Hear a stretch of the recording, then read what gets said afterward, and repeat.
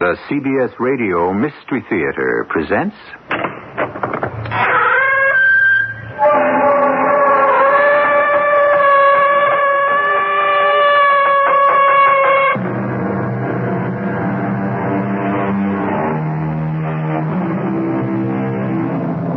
Come in. Welcome. I'm E.G. Marshall. Justice is blind, said the celebrated Mr. Dooley. And not only is she blind, but into the bargain, she's also deaf and dumb, and has a wooden leg. Ah, poor Justice. She certainly can't keep everybody happy all the time. In every case, someone must lose, and someone must win.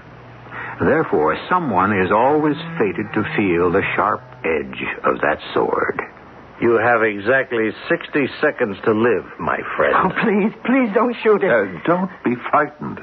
And don't lower yourself by begging this hoodlum for mercy. But he's going to kill you. You've got 50 seconds now, friend. He can't kill anybody. But he can't. This is a dream. A dream? Furthermore, since it's my dream, I'm going to kill him.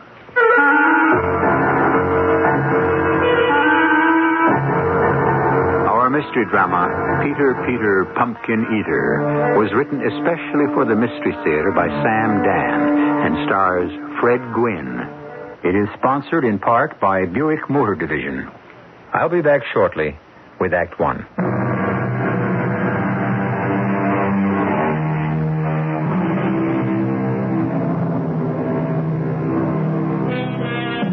His name is Peter Perkins, but everyone calls him Peter Pumpkin. You remember the old nursery rhyme, Peter, Pumpkin Eater, had a wife and couldn't keep her? Or don't they have nursery rhymes today? Well, no matter.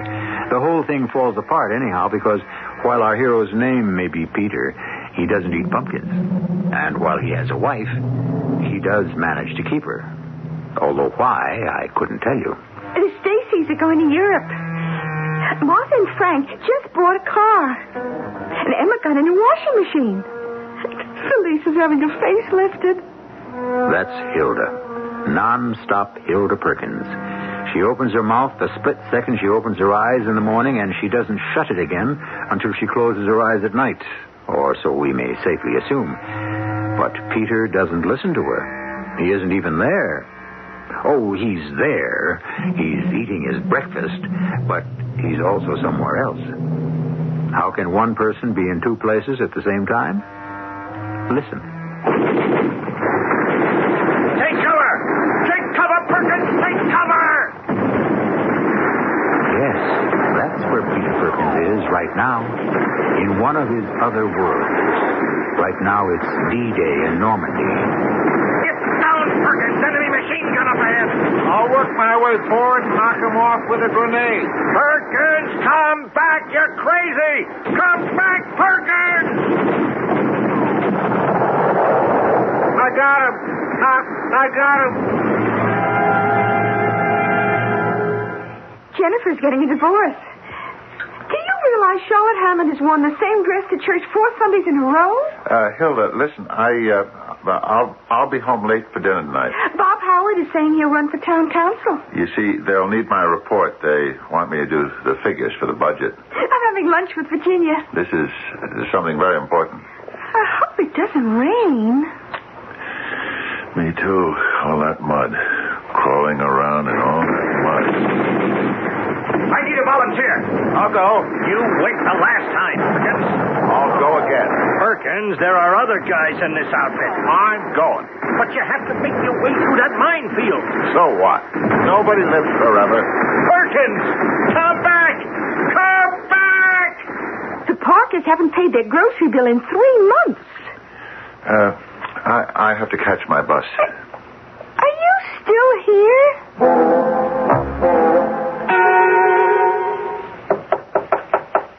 Yeah, come on in. Mr. Benson? It's me. It's you. Yeah. You're, Pumpkin. Peter Pumpkin. Peter Perkins. Well, that's what I said. You want to see me? Oh, well, You what? First, I want to say that I'm sorry. Sorry? About what? I'm sorry I came in late this morning. Oh? Did you come in late this morning? Yes, Mr. Benson. I was standing on the corner waiting for the bus, but he just drove past. I guess he didn't see me. It happens sometimes. A lot of times. But you're here now. Yes, sir. And I've got the figures. What figures are these? The figures that you said you needed yesterday. Oh, those figures. Yes, sir. And here they are. Well, we don't need them anymore. We don't? No. We decided not to go after that job. Oh. So you just go back to your desk and pick up your regular work. My regular work. You must have plenty to do, don't you? Oh, yes, sir. Yes, sir, plenty. Well, then, hop to it, Pumpkins. Mr. Benson, my name is Perkins. That is what I said. Yes, sir. Miss Himmelfarb, we have somebody working here named Pumpkins, Peter Pumpkins, something like that. Yeah, well, can you tell me just exactly what he does?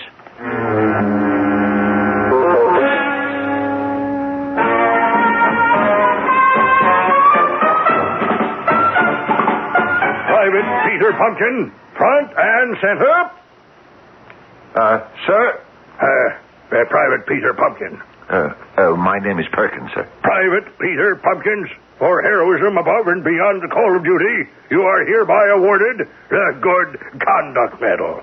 The what? By special order of the commanding general, it is my pleasure and privilege to hereby bestow upon you the Good Conduct Medal. The Good Conduct Medal?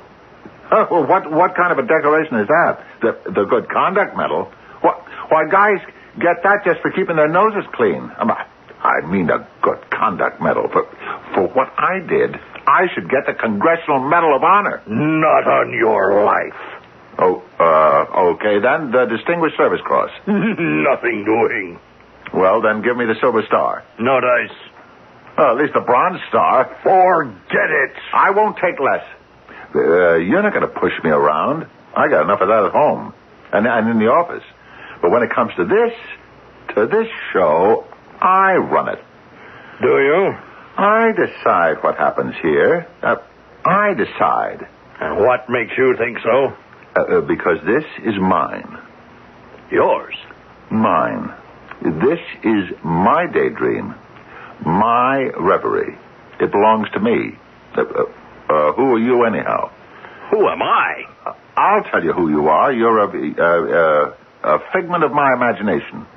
Well, is that a fact? I made you up. Oh, did you? You do as I say.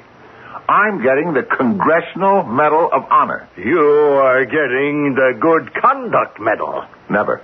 Take it or leave it, Private Pumpkins. The name is Perkins. Perkins. That's what I said.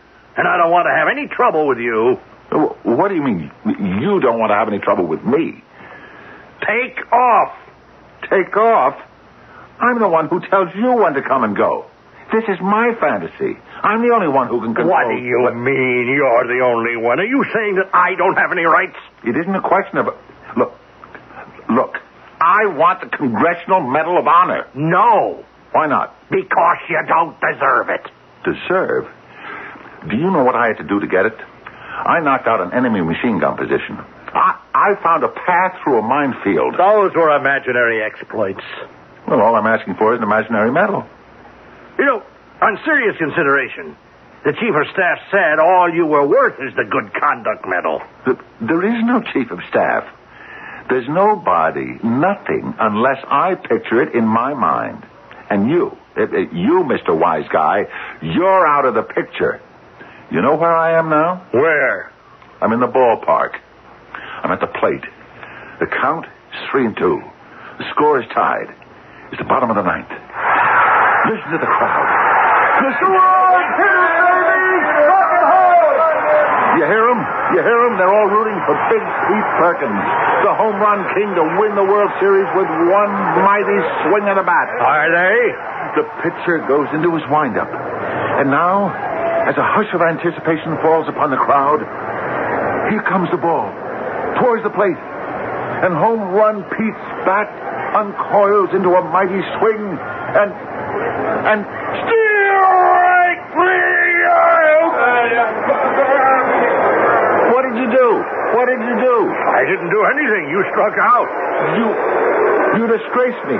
In front of 80,000 people, you disgraced me. Well, why is it my fault? Because you... Well, I what? You yourself said this was your dream, your fantasy. Didn't you say that you decide what happens? You and you alone? Yes, but... Well, is it my fault that you see yourself striking out in front of 80,000 people? Is it? It's my fault. Yes. Because till now, I've occupied myself with sham heroics and meaningless trivia. Now I shall devote my energy to what is important to mankind. I'm in the operating room, and my patient is a great man of science who must live. He's on the threshold of a discovery that will absolutely save the human race. And yet he lies helpless on the table, victim of a mysterious malady. Needed here are the steel nerves, the delicate fingers, the icy precision of the greatest surgeon in the world. And here he is, the only man who can save him and humanity, Dr. Peter Perkins. Scalpel. Sponge. Doctor. Hold those retractors. Steady. Dr. Pumpkins. Perkins. Yes, that's what I said. Must you bother me at a time like this? Saline solution? But, Doctor... Yes, well, what do you want? The patient is dead. He's what? Well, look for yourself, Dr. Pumpkins. He's dead. That's Perkins. Perkins.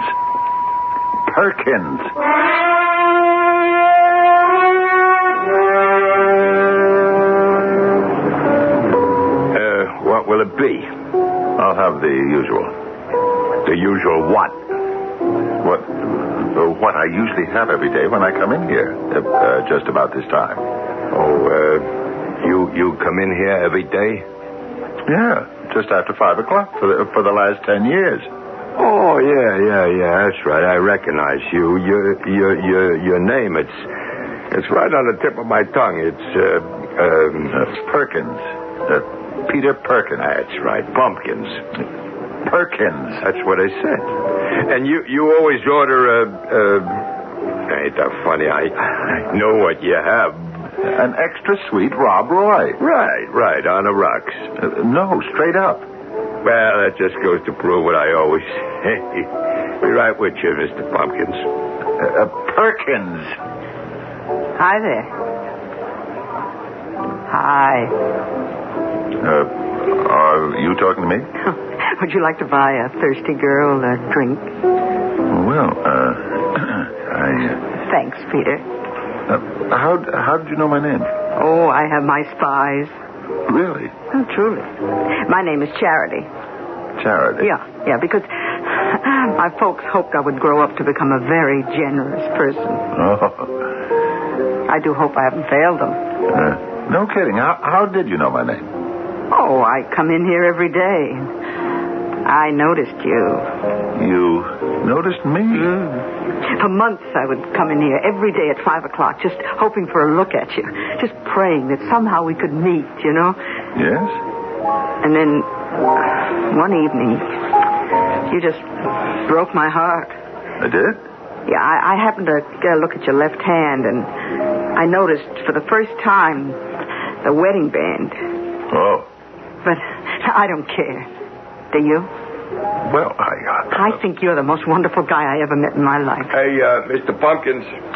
That's Perkins. Yeah, you ought to come on over here. You got a phone call. A phone call? Who would call me? Why don't you come over here and find out? Excuse me. Of course. Okay, thanks. I'll take it. Hello?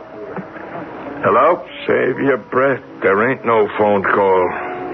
Well, then why did you call me over? Believe you're talking on the phone, huh? Well, why? Because I'm trying to save your life, that's why.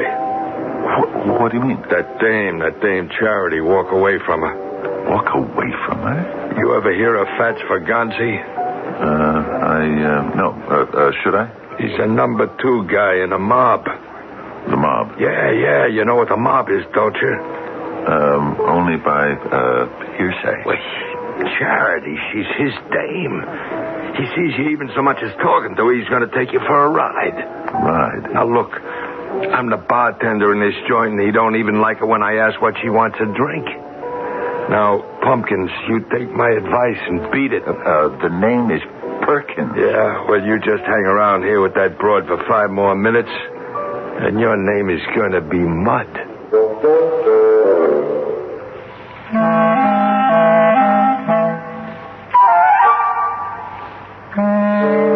Rabbity little Peter Perkins.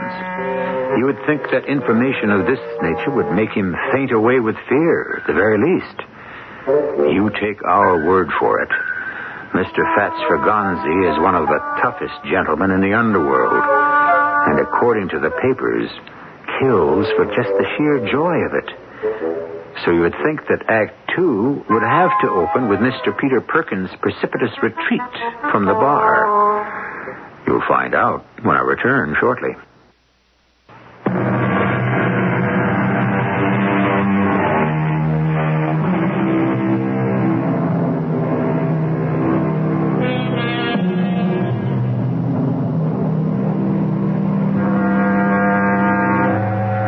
Is not life 100 times too short for us to bore ourselves? Asked Mr. Nietzsche. Well, one person who is never bored is our Peter Perkins. He has a system. When things get too dull in one life, he retreats into another. As we have seen, it's a rather simple trick, and anyone can do it. However, this time it looks as if there's going to be some action in his real life. Although, by what right does anyone define reality? Don't you understand what I'm telling you? You say she's the girlfriend of Fats Ferganzi himself. Oh, finally. At last it's gotten through to you. The notorious gangster. Yeah, pal, you're catching on. And he's insanely jealous. Oh, keep it coming, buddy. You're doing great. And he'd shoot me if he even so much as saw me sitting next to her. Oh, you got it. Marvelous. Huh? Well, what? It's marvelous. What are you talking about? I've never done better than this before. Listen, for your own good. No. It'll be all right. It'll be all right. Look at you. You seem to be frightened out of your wits. Because I can't afford to have anybody killed in this joint. Nobody's going to be killed. Close me up for good. Nobody's going to be killed. Let me handle Fats Ferganzi. You handle Fats Ferganzi? Yes. It's no problem. I got a nut here. A nut. Unless you really want to die. The minute Fats Ferganzi walks in here... He's going to shoot you. No. I'll just punch him in the jaw. But you can't just... I can do anything. Anything. This is my dream. Dream? Peter? Be right with you, baby. Okay, but you can't say I didn't warn you. Fats Ferganzi, number 2 in the mob. This is going to be a new one for me, too. Thanks for the tip. Hi. That must have been quite a phone call. It was the president. Oh, your company? Oh, and of your company, too. It was the president of the United States. And he called you? Well, he has to call somebody. Oh, I knew it.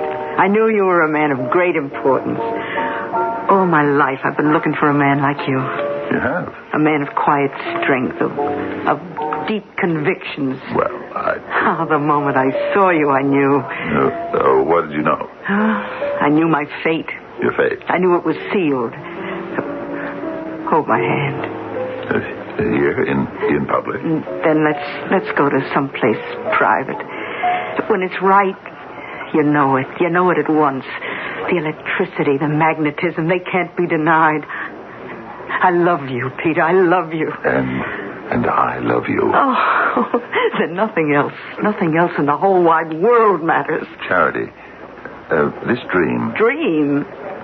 This dream must never end. This isn't a dream. I'll make it last forever. I beg your pardon. Fats! Who is this alleged gentleman? Mr. Fats Ferganzi, I presume. Yes, my good fellow. You do presume.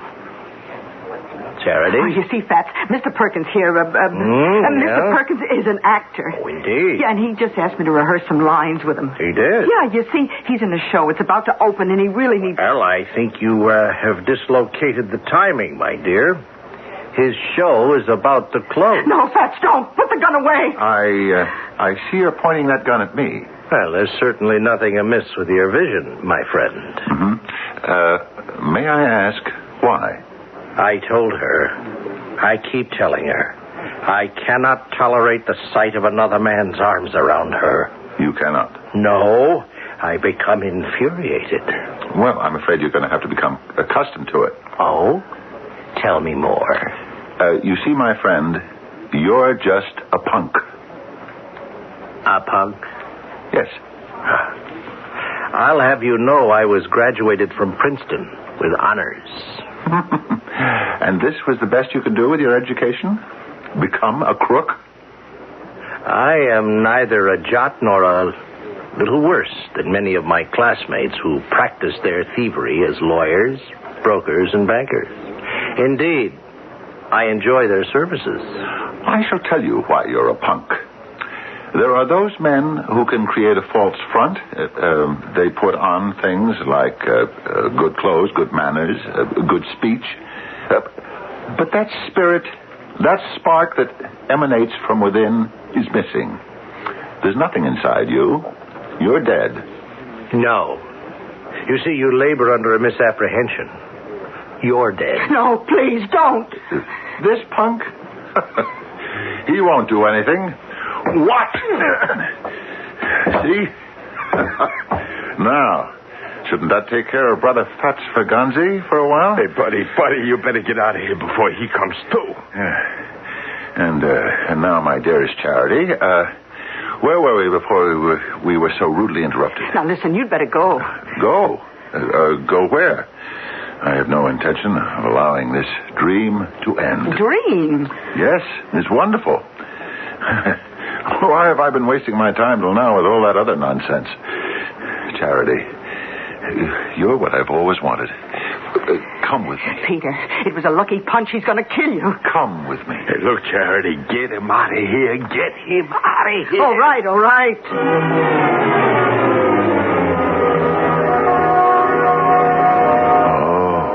Such a lovely apartment. Look, you have to let me tell you something. Just tell me one thing. Tell me that you love me. I let you come up here because you promised you'd listen. Just tell me that you love me. But I don't love you. Well, you will. In time. Peter, please listen. You have to get out of here. Don't you understand? He'll kill you. Oh, he's already tried. Next time, he won't give you a chance to take him by surprise. He'll open the door and start shooting. All right. No problem. I'll see to it that he misses me. You'll see to it. Darling, how many times do I have to tell you that this is a dream? Oh, no, not again. This is real. It's the real world. It's not the wonderful, beautiful world of your imagination. It's the real, awful, terrible world, filled with the awful, terrible people you want to get away from, and I'm one of them. Now, Charity, that just isn't true. How could anyone as beautiful as you be terrible? Oh, you know how. You've said it. I've said it. There are those people who put on a false front. Good clothes, good manners. And me, I have good looks. But there isn't anything else to me, Peter. There isn't. I don't believe that. Oh, please, believe it. I don't have the things that I know are important to you, like a heart, a soul. But everyone has a heart, a soul. Yeah. Well, as Fats would say, my heart is shriveled and my soul is withered. But he doesn't mind because his are too. No, I can't believe what you tell me about yourself. It gets worse. I wanted to kill you. You wanted to kill me? Maybe wanted is the wrong word. What's the right word? Well, I don't know if one word would describe it. Maybe I didn't care if I killed you. Maybe I should say it didn't matter to me if you lived or died, just as long as... Just as long as... What? Just as long as I would make Fats jealous. Oh. That's all it was. You see, Peter, Fats has been... let's say he's been taking me for granted lately, and so... I guess you must hate me. No, I love you. But I love you. But because you're making up a story. Why would I make it up? Because you're afraid for my life, and you want me to hide from Fats. But you see, darling, Fats doesn't exist. Oh, you poor guy. Believe me, I'm in control here. I say there is no such person as Fats. Oh, I don't know what you've been drinking or smoking. I never have had more than one cocktail a day in my life, and I never smoke. All right, sure, whatever. Okay, I did something wrong. I don't care. For a stupid, selfish reason. I must have been out of my mind. I put you in a position where you can get killed. But, darling... You're interrupting. Don't. Now, somehow, for some reason, you seem to have an idea that this is a dream. It is. No, this is real. Now, you see that vase of roses on the table? What color are they? Red and yellow. Did you ever see colors in a dream before? Did you get out of here? Get out before it's too late. No, it's a dream. Look, what do I have to do to convince you? Charity, darling, let me tell you why this can't be the world of reality. But look, I know. Look, in the first place, if this were the real world, you would have never noticed me. Oh, but I would. I did. No, Charity. You see, this is the moment of truth. Nobody ever notices me. I suppose there are those people who are seemingly made of glass. Somehow the world doesn't see them, simply looks through them. Oh, well, I'm one of those people. That's why I had to create fantasies in which I'm someone important enough to be noticed.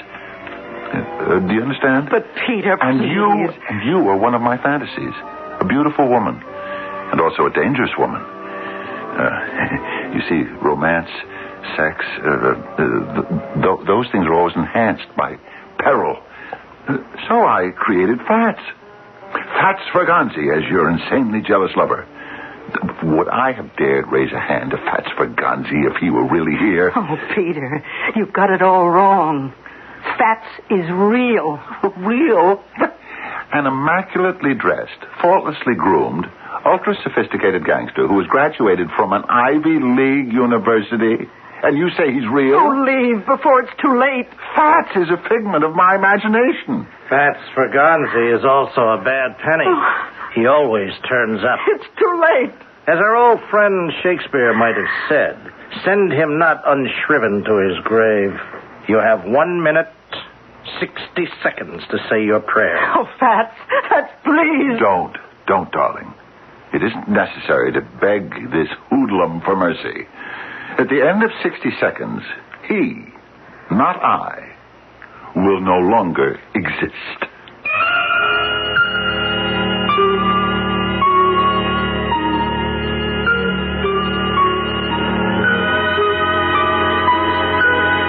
As you can see, a great deal is going to transpire in the next 60 seconds or so.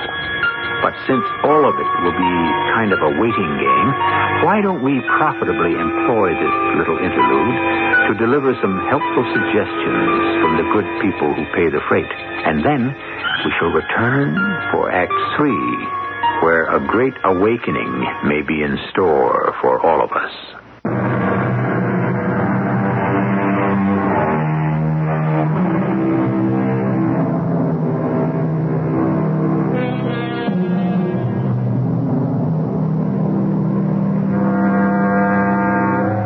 What is the scientific method? Well, it's based on the observation of events, of cause and effect. For example, we see the sun rise and we hear the rooster crow. Therefore, in our human wisdom, we say, aha, it's the rising sun that causes the crowing rooster. Well, now, suppose there are rooster scientists who also notice the same event at dawning. Wouldn't it be logical for them to assume that it's the crowing rooster that causes the rising sun? Just because we're able to settle the question by putting the rooster in a pot and having him for dinner doesn't mean we're smarter than he is, just stronger. Somehow, this little essay is related to our story. Please, Fats, don't shoot him. Don't, please. I believe we discussed the sequels that would attend any of your attempts at flirtation, my dear. Fats, it was all my fault. My friend, you have 28 seconds to live. So do you. I think your soul would be better served by prayers than by foolish bravado. In just a few more seconds, you will be no more. I shall will you out of my reverie. Like so. You're gone. Am I? I said you're gone. Well, I have the oddest feeling that I'm still here. Fats, please. I'll never do it again. Be gone. Get out of here. My poor fellow, I'm sorry. Your time is up. Is it real? It can't be. I can assure you this will be completely painless. No, don't, please. Who's that? I don't know. Can this be real? Please, keep completely silent. Answer it, Charity. I am not among those present. Hello? Oh. Yes. No, he isn't here. No. I don't. No, I wouldn't know about that. Sure. Okay. Yes, I'll tell him. Bye. It was Clovis. Clovis? Yeah, you know, the number one, your boss. He is no boss of mine. What did he want? Nothing. Come on, what did he want? Well, he had heard that, well, I'm quoting him. Yes? That some punk had slapped you around. Indeed. He said it was all over town. I see. And he had called to see if you had, and these are his words, knocked off the punk yet. And you replied? I said no.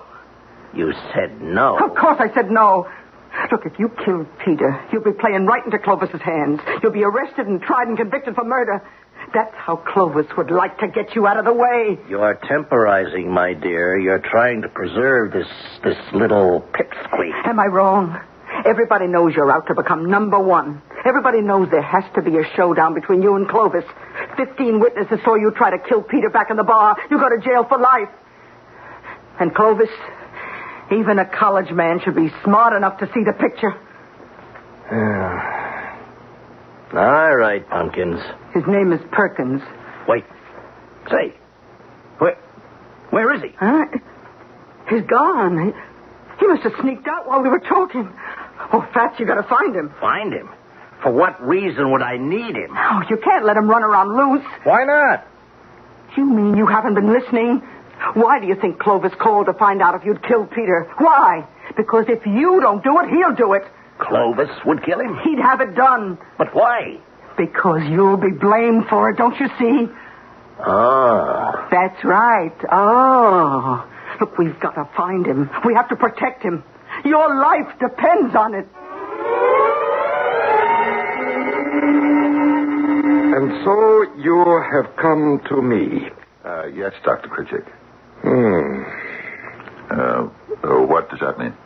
Oh, that means, You see, Doctor, I don't know anymore. I don't know what's real and what's a dream.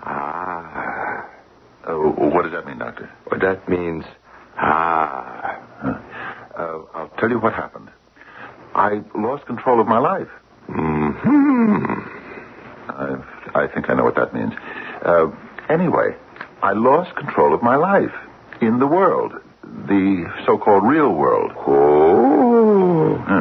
And I just felt myself sinking into nothing and nowhere. So I started having these fantasies, in which people really noticed me. I mean, I was a war hero, a fantastic miracle worker surgeon, an athlete, the idol of the crowd. And then I lost control there, too. I even became nobody and nothing in my daydreams. What do you think? I think you are crazy. What? I think you're crazy. Dr. Pritchett, what a thing for a psychiatrist to say. Oh, my boy, you must not take offense.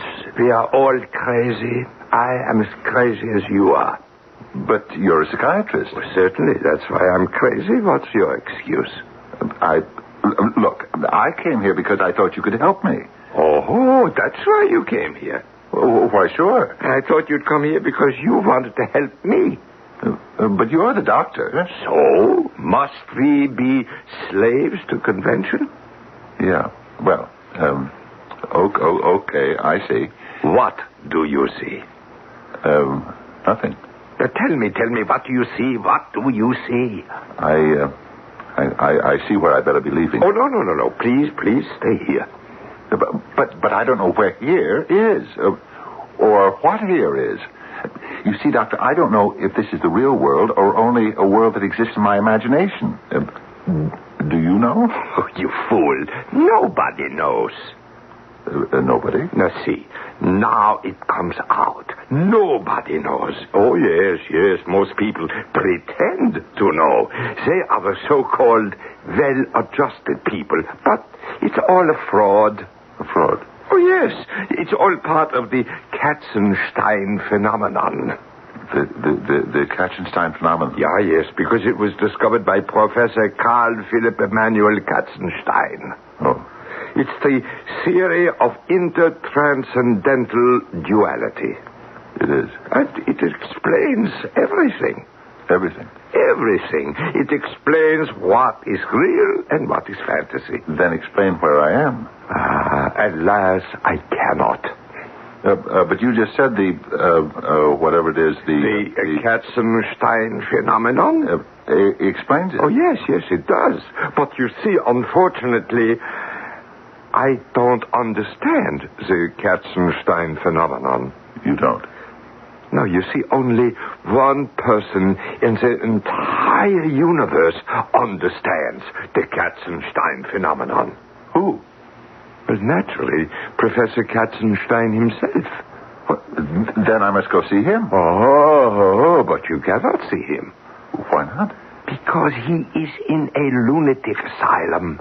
Why is he in a lunatic asylum? Because he's crazy. Crazy? Of course. I put him there myself. You what? I testified at his trial. His trial? Yes, I was the alienist, and I said, this man is as crazy as a Cimex lectularius. What? A bedbug. I said this as a sop to the layman. I don't know who has spread this slander about bedbugs. True, they are unpleasant. But Dr. Pritchett. But crazy?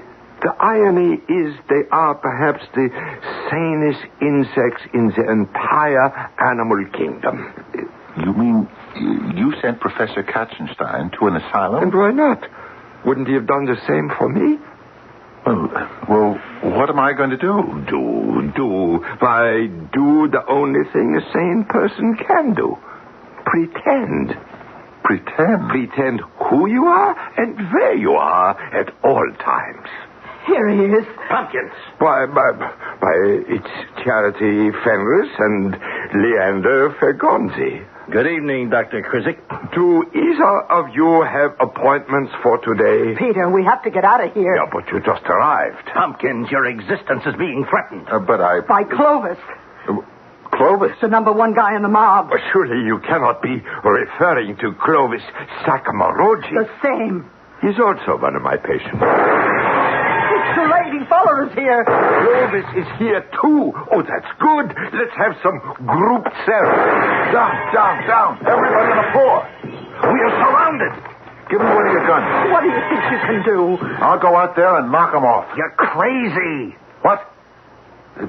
Say that again. You're crazy. Listen to Fats, Peter. Listen to him.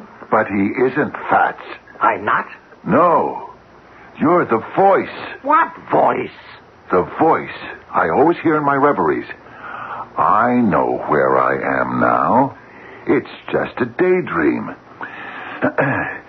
Give me a gun. No. I said give me a gun. No. Hand it over. You're crazy. You'll get killed the second you show your face. So what? Nobody lives forever. But, Peter... Clovis Sacamarogi, you two-bit hoodlum. I'm coming after you.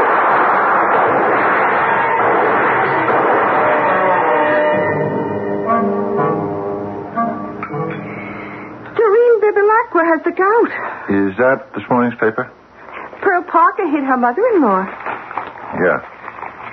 Hey, look, see the headline. Unknown man destroys the mob. Percy Bilderbeck is taking ballet lessons. For some reason, the mob was surrounding the office of Dr. Maynard Ballantyne Critchick when suddenly a man raced out from the building and... Summer Spiegelglass is trying to climb Mount Everest. And captured all 15 members of the mob. He turned them over to the police and disappeared. Who is the mysterious hero? Esperanza Smith found a shark in her swimming pool. Wait a minute. This isn't a dream. Her husband put it there. Do you know why? Do you? Because I never dream about you. Never. If you're here, this is the real world. This paper is real. This news is real. I did do it. Lester Langabard stopped smoking. I don't have to be afraid of anybody. Summer Fortescue stopped drinking. Yeah. And Hilda Perkins stopped talking. Did you hear what I said? I said Hilda Perkins stopped talking. I don't want to hear one more single solitary word out of you. Now, do you understand? Sure. Yeah, because if I do, I'm going to... No, please. You don't have to do that. All you really have to do, just now and once in a while, is just notice me.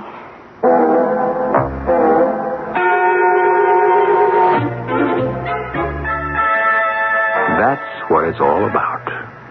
Who was it that said that a woman's mouth is usually filled with words because her heart is empty?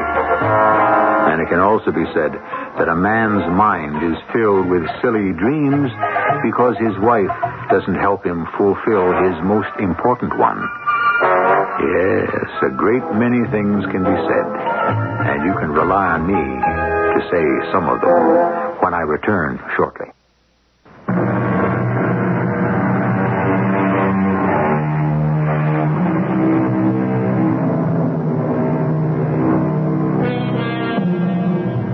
Once again, as we do so often, we were involved with dream and reality. And why not? Isn't that the basic stuff of our existence? As the philosopher said, life is a shadow play where light and darkness blend, and we are only permitted brief, blurred glimpses. And the curtain descends just as we think we have grasped the argument of the drama. Our cast included Fred Gwynne, Bryna Rayburn, Arnold Moss, and Earl Hammond. The entire production was under the direction of Hyman Brown. This is E.G. Marshall inviting you to return to our Mystery Theater for another adventure in the macabre. Until next time, pleasant dreams.